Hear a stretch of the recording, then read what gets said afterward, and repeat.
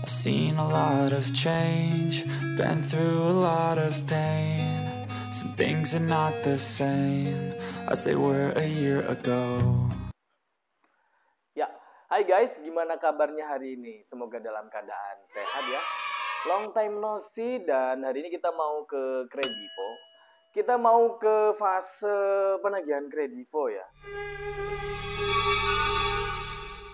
Jadi ini udah ke fase debt collector nih yang kita bahas. Disclaimer dulu ya, kita tidak bermaksud untuk menjelek-jelekan Kredivo, dan kita juga tidak bermaksud untuk mempromosikan Kredivo ataupun melakukan trik dan intrik di dalam segala urusan yang berhubungan dengan penagihan. Oke, yang coba kita ungkapkan ini adalah sebuah fakta dan beberapa kenyataan yang terjadi di lapangan. Gini teman-teman, kita ke fase macet ya. Fase macetnya dulu kan yang terjadi adalah kayak gini. Ketika kita sudah ngalamin pemblokiran akun ya, pemblokiran akun sementara, berarti kita sebenarnya udah bisa ngira-ngira nih, waduh ini duitnya udah mulai batuk-batuk. Jadi kalau udah ngalami fase pemblokiran sementara, apalagi durasinya lama, taruhlah lebih dari 1 bulan, kemudian kita melakukan pembayaran dengan harapan bisa diambil lagi limitnya, bisa digestun lagi, ya yang terjadi adalah akunnya kena pembatasan, jadi tidak bisa langsung dipakai untuk transaksi. Apalagi kalau udah ada yang namanya blokir permanen, kemudian kita melakukan pembayaran, udah pasti itu blokir total, nggak bakal bisa diambil lagi ya.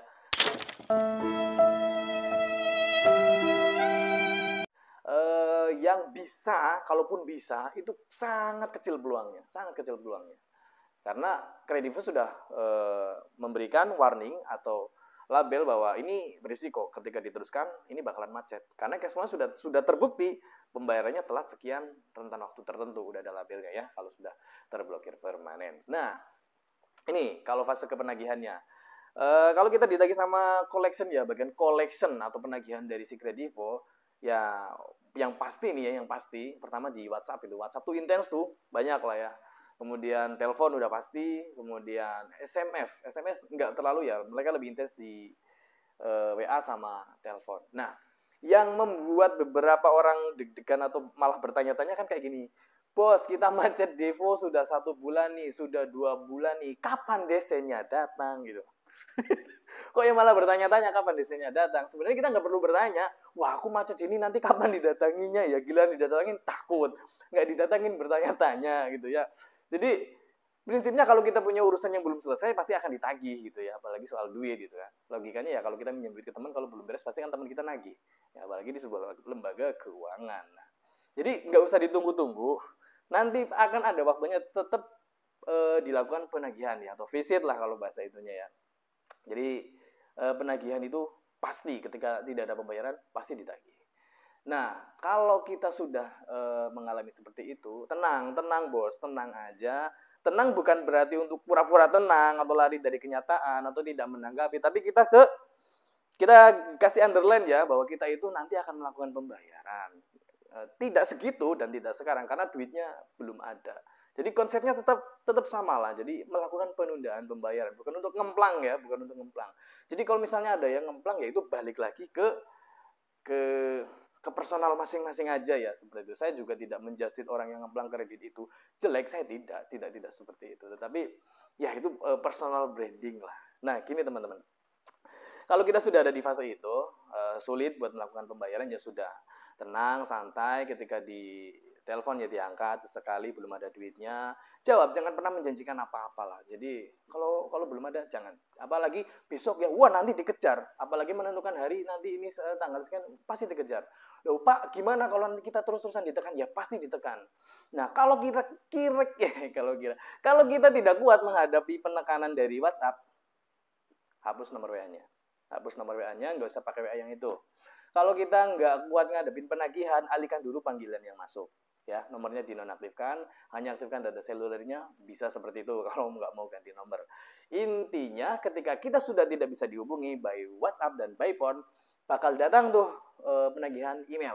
Nah, biasanya akan menggunakan bahasa legal. Jadi ada embel-embel legalnya, mengatasnamakan asosiat tertentu ya untuk menyelesaikan penagihan data nasabah bermasalah, intinya kayak gitu.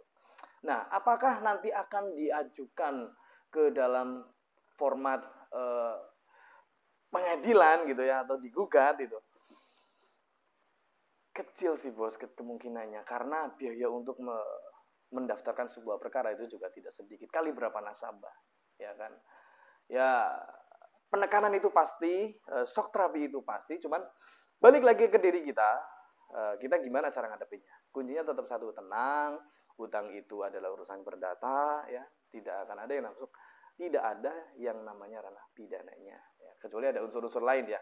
Tetapi kita harus memahami dengan full bahwa hutang itu adalah perdata.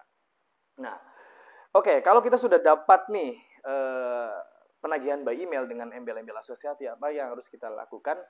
Ya kalau belum ada duitnya ya mau gimana lagi? Ya tunggu ada duitnya, nggak usah dibales. Ya, balas kalau mau merespon silakan gitu. Kalau sanggup menghadapinya, karena di WA aja nggak sanggup, di telepon aja nggak sanggup, apalagi mau berformat email gitu ya. Nah nanti gimana Pak kalau kita nggak ngerespon? Pasti didatengin, iya pasti didatengin. Kemana? Nah ini ada fakta yang menarik teman-teman. Ternyata Collection Kredivo itu tidak melakukan visit atau penagihan langsung ke kantor atau ke rumah dulu. Jadi data yang dibaca bukan itu, melainkan adalah data transaksi terakhir di akun Kredivo kita. Contohnya gini, yang banyak terjadi adalah akun Kredivo di Geston, dicairkan limitnya dengan bantuan marketplace, kemudian melakukan transaksi bla bla bla bla bla bla, ya. Paham lah ya. Nah, itu ada alamat pengirimannya. Nah, alamat pengiriman barang itu dari transaksi Geston itulah yang bakal disamperin duluan, yang bakal dipakai sama bagian collection untuk apel ke sana duluan, karena itu lebih terbaca transaksi aktif di sana. Jadi gini teman-teman, contoh kita Geston ya, selama 3 kali transaksi terakhir, pengirimannya misalnya di Bandung ya, di dekat kampus A. Ya sudah. Nah, alamat itu tuh yang bakal diapelin duluan tuh. Jadi bagian koleksinya tuh ke sana duluan. Ternyata itu teman-teman. Nah, baru kalau tidak ada nanti random ya oper data dulu lah ya ke bagian collection dan kolektor lapangan. Ini mau diambil apa enggak? Ini ke sana bla bla bla bla. Tapi itu bukan urusan kita ya teman-teman. Kalau dari kacamata nasabah, ternyata yang diapelin duluan adalah di transaksi terakhir. Nah, ini menjadi celah. Jadi kalau mau sedikit agak tenang, ketika sudah tahu nih mau batuk nih ya, coba lakukan transaksi terakhir di jasa Geston. Nah, ketika kita melakukan itu, nah alamat itulah yang bakal divisit sama bagian collection. Nah, ini menjadi celah teman-teman. Ternyata seperti itu. Oke, nah kalau pada saat waktunya nanti datang si kolektor Kredivo ke tempat kita, entah itu di rumah atau di kantor, ya itu berarti mereka sudah tracing terakhir di transaksi aktifnya. Gitu, ya. Nah, so apa yang harus kita lakukan saat ada debt collector fisik nih? Debt collector fisik. Saat ada debt collector datang ke tempat kita, head to head nih. Yang pertama tetap jawabannya satu, tenang. Tenang aja dulu ya. Tenang. Kalau mereka menekan itu sudah pasti, tetapi ingat ada SOP dan ada regulasi. Terapkan gini teman-teman. Yang punya tempat, ya mentalnya harus di atas tamu.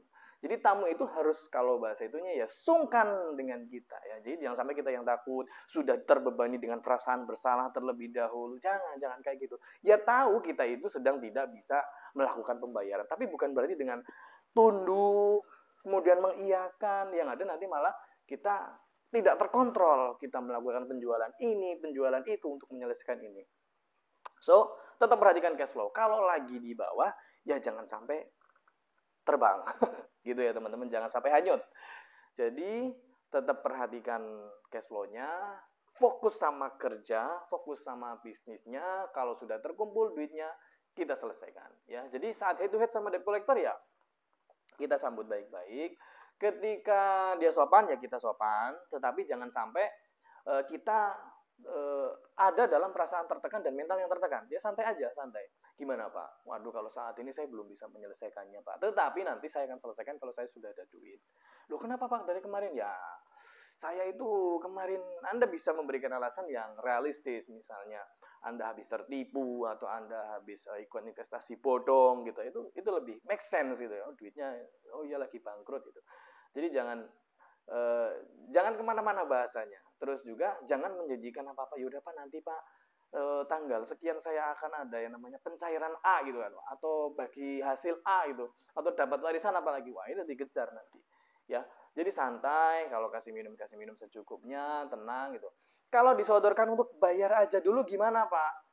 Ya balik lagi ke diri kita, duit kita mau nggak nih buat dikeluarin saat ini untuk itu, balik lagi buat kebutuhan kita masih aman atau tidak. Kalau belum, ya bilang belum bisa Pak kalau untuk saat ini. Sudah nggak usah muluk-muluk, nggak usah janjikan apa-apa, dan kita bisa fokus dengan bisnis kita, fokus dengan kerjaan kita, kemudian kita kumpulin nih duitnya. Kalau sudah ada, baru kita selesaikan pembayarannya. Jadi lebih baik cash and carry sih. Cuman kalau teman-teman mau coba melakukan pencicilan, ya lebih baik melakukan pencicilan di aplikasi. Cuman ketika kita sudah selesai, jangan berharap untuk bisa menggunakan aplikasi itu lagi. Jadi ya sudah, blacklist ya blacklist, macet ya macet, tetapi nanti kita selesaikan. Itu ya teman-teman, I think that's all. Semoga bermanfaat. See you on the next video. Bye.